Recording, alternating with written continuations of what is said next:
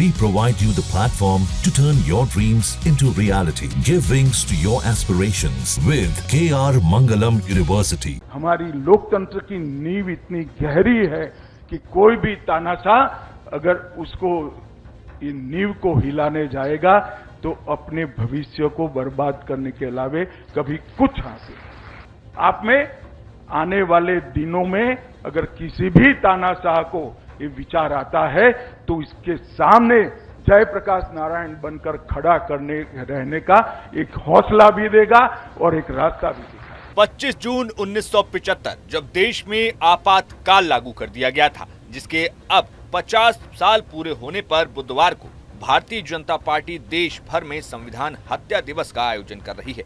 BJP ने विभिन्न कार्यक्रमों के माध्यम से आपातकाल के काले दौर को फिर से लोगों को याद दिलाया है। इस मौके पर जहां प्रधानमंत्री नरेंद्र मोदी ने कई बड़ी बातें कही, उन्होंने कहा कि मैं उस समय आरएसएस का प्रचारक था, तो वहीं केंद्रीय गृह मंत्री अमित शाह ने कहा कि ऐसी तानाशाही बर्दाश्त नहीं की जाती है और जो लोग तानाशाही करने का सोचते हैं उनका वही हश्र होता है। बता दें कि प्रधानमंत्री मोदी ने एक्स पर लिखा कि आज से 50 साल पहले भारत के लोकतंत्र के इतिहास का काला अध्याय शुरू हुआ था। आपातकाल लगाया गया था। भारत की जनता इस देश को संविधान हत्या दिवस के रूप में याद करती है। उस समय हमारे संविधान के मूल्यों को दरकिनार कर दिया गया, मौलिक अधिकार छीन लिए गए, प्रेस की आजादी खत्म कर दी गई और कई नेता, समाज सेवी, छात्र और आम लोग जेल में डाल दिए गए। ऐसा लग रहा था कि जैसे उस समय की कांग्रेस सरकार ने लोकतंत्र को ही कैद कर लिया हो। हम उन सभी लोगों को नमन करते हैं जिन्होंने आपातकाल के खिलाफ डटकर संघर्ष किया।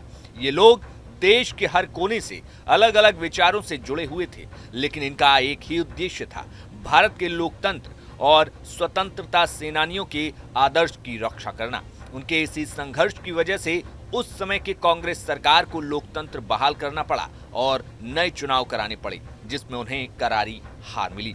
आज हम फिर से ये संकल्प लेते हैं कि संविधान के सिद्धांतों को और मजबूत करेंगे और विकसित भारत के सपने को साकार करने के लिए मिलकर काम करेंगे। हम चाहते हैं कि देश निरंतर प्रगति करे और गरीबों का, वंचितों का सपना पूरा हो। बता दें कि इसके साथ प्रधानमंत्री मोदी ने अगले ट्वीट में लिखा कि जब आपातकाल लगाया गया था तब मैं एक युवा आरएसएस प्रचारक था। आपातकाल विरोधी आंदोलन मेरे लिए एक सीखने का अनुभव था। इसने लोकतंत्र की रक्षा की महत्वता को और गहराई से समझाया। उस दौरान मुझे विभिन्न विचारों के लोगों से बहुत कुछ सीखने को मिला। इसके साथ प्रधानमंत्री मोदी ने एच.टी. देवगौड़ा की लिखी हुई किताब को लेकर कहा कि ये किताब उन अनुभवों को संजोए हुए है जो खुद आपातकाल विरोधी आंदोलन के वरिष्ठ नेता रहे। उन्होंने उस समय की पूरी घटना इसमें लिखी है।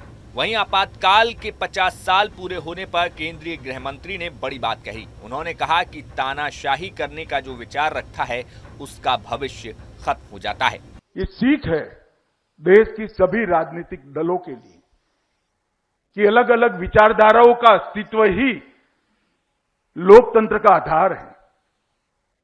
विचारधारा कोई भी हो, रास्ता कोई भी हो, अंततोगत्वा गंतव्य स्थान देश को महान बनाने का होना चाहिए। इस प्रकार के देश की रचना कभी नहीं हो सकती जो एक ही विचारधारा के आधार पर चलेंगे, एक ही नेता के नेतृत्व में चलेंगे और मैं ही सही हूं और किसी को मत देने का भी अधिकार नहीं है, मत व्यक्त करने का भी अधिकार नहीं है।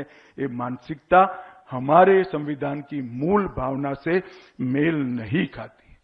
और मित्रों, मैं बहुत ध्यानपूर्वक संविधान सभा की चर्चाओं को पढ़ा है और आज से नहीं, राजनीति में आने से पहले पढ़ा है। और मेरी दृढ़ मान्यता, मैं फिर से एक बार रिपीट करना चाहता हूं कि संविधान ने लोकतंत्र की भावनाओं को प्रखर किया है, उसकी अभिव्यक्ति की है और उसको कानूनी रूप से प्रस्थापित किया है। पर संविधान ने लोकतंत्र की भावना को हमारे जनमानस में पढ़कर उसको कानून की भाषा में अभिव्यक्त करने का काम किया है। भारत की जनता मूल से ही लोकतांत्रिक विचारों की है। हम अलग अलग विचारों को, अलग अलग विचारधाराओं को और अलग अलग मतों को सम्मान देने वाले लोग हैं। ये हमारी हजारों साल की संस्कृति है और इसीलिए मुझे पूरा भरोसा है कि इस देश में हम इस देश को लोकतंत्र की जननी भी मानते हैं। इतिहास की दृष्टि से देखें तो भी, शासन पद्धति की दृष्टि से देखें तो भी सबसे पहले लोकतंत्र का जन्म हमारे देश में हुआ है। पंच का विचार, सरपंच का विचार इस देश में आया है। श्री कृष्ण कभी राजा नहीं बने थे, एक गणतंत्र था। वैशाली और कई सारे गणतंत्र बुद्ध के काल में भी हुए। मल्लों का गणतंत्र था, वैशाली का गणतंत्र था, और ये सभी सबसे पहले विश्व में यहां पर आए। और ये जन स्वभाव जो बना है, सालों से सह अस्तित्व का जो स्वभाव बना है, इसी में से ये हमारा संविधान निर्मित हुआ है। संविधान सभा में कौन थे? इस देश के हर प्रदेश के, हर विचारधारा के, हर जनपद के व्यक्ति थे। वो जहां से आए थे वहां की सेंस को लेकर संविधान सभा में आए थे, और उसके बाद में चर्चा विचार के बाद जो अमृत निकला वही हमारा संविधान है। इसीलिए हमारी लोकतंत्र की नींव इतनी गहरी है कि कोई भी तानाशाह अगर उसको इन नींव को हिलाने जाएगा तो अपने भविष्य को बर्बाद करने के अलावे कभी कुछ हासिल नहीं। और ये दिन है इस घटना को याद करने का। ये दिन है एक कुत्सित प्रयास की निंदा करने का। ये दिन है इससे युवाओं को आगे के लिए मशाल, लोकतंत्र की रक्षा की जो मशाल है वो लेकर आगे निकलने का। मित्रों, शाह कमीशन की रिपोर्ट ने ये पूरे घटनाक्रम को चित्रित किया, ऐसा लोग मानते हैं। मगर देश इतना विशाल है, बर्बरता इतनी अनेक जगह पर हुई थी और क्रूरता इतनी अनेक जगह हुई थी। कोई एक कमीशन इसको चिन्हित नहीं कर सकता, सुन नहीं सकता, चित्रित नहीं कर सकता, डॉक्यूमेंट नहीं कर सकता। शाह कमीशन की रिपोर्ट एक प्रकार से जिस्ट है ऐसा मानकर चलना चाहिए, परंतु मेरा यह आग्रह है इस देश के युवाओं को कि शाह कमीशन की रिपोर्ट को जरूर पढ़िए, एक एक पैराग्राफ को जरूर पढ़िए। वो आप में जागरूकता बढ़ेगा।